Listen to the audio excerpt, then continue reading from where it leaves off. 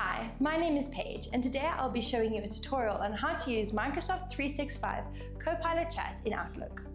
For these tutorials, we'll be using the free version of Microsoft's 365 Copilot Chat, which can be found inside your application.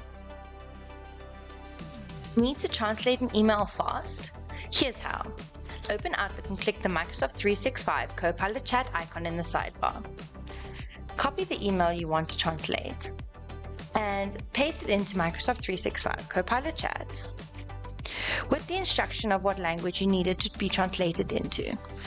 Hit send, and Microsoft 365 Copilot Chat will give you a translated version. To translate an email that you have to send, copy the email and paste it into the Microsoft 365 Copilot Chat. Add the instruction at the bottom to which language you want it to translate it to. For example, please translate this email from English to Zulu. Hit send, and Microsoft 365 Copilot Chat will translate your email for you. If you are happy with it, highlight your email,